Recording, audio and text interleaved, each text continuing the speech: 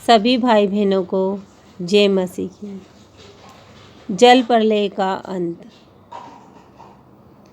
परंतु परमेश्वर ने नूह और जितने बेनेले पशु और घरेलू पशु उसके संग जहाज में थे उन सबों की सुधि ली। और परमेश्वर ने पृथ्वी पर पवन बढ़ाई और जल घटने लगा और गहरे समुद्र के सोते और आकाश के झरोखे बंद हो गए और जो वर्षा होती थी वह भी रुक गई। और 150 दिन के पश्चात जल पृथ्वी पर से लगातार घटने लगा।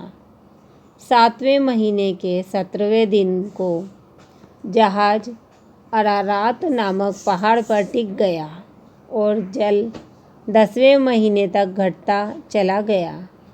और 10वें महीने के पहले दिन को पहाड़ों की चोटियां दिखाई दी। फिर ऐसा हुआ कि 40 दिन के पश्चात नूह ने अपने बनाए हुए जहाज की खिड़की को खोलकर एक कौवा उड़ा दिया।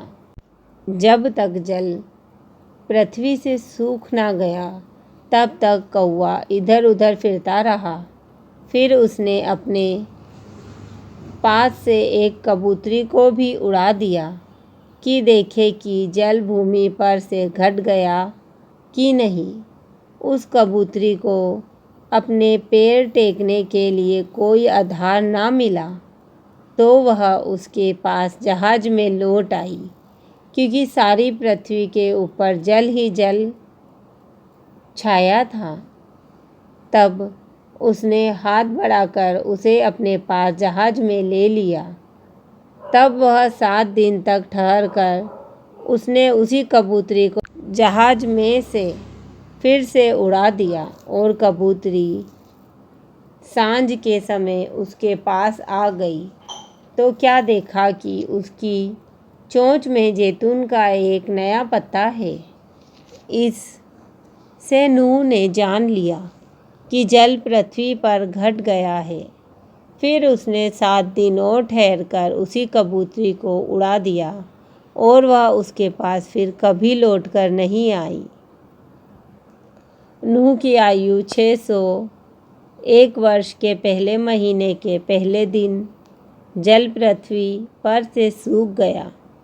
तब नूह ने जहाज की छत खोलकर क्या देखा कि धरती सूख गई है। और दूसरे महीने के 27वें दिन को पृथ्वी पूरी रीति से सूख गई।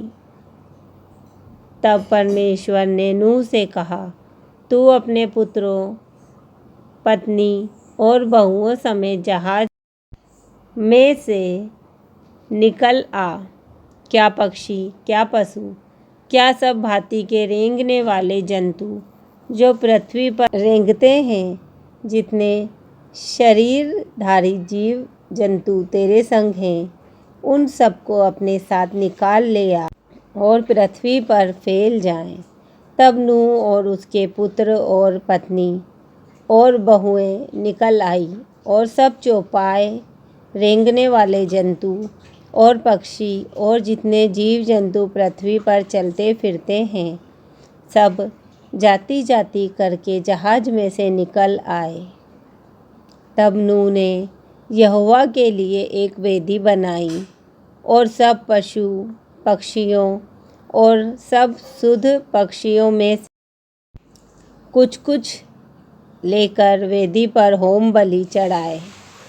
इस पर यहोवा ने सुखदायक सुगंध पाकर सोचा, मनुष्य के कारण मैं फिर कभी भूमि को श्राप न दूंगा।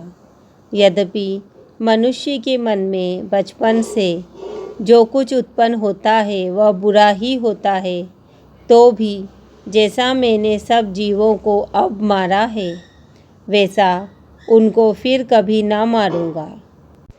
अब से जब तक पृथ्वी बनी रहेगी तब तक बोने और काटने के समय ठंड और तपन, धूपकाल और शीतकाल, दिन और रात निरंतर होते चले जाएंगे। आमीन।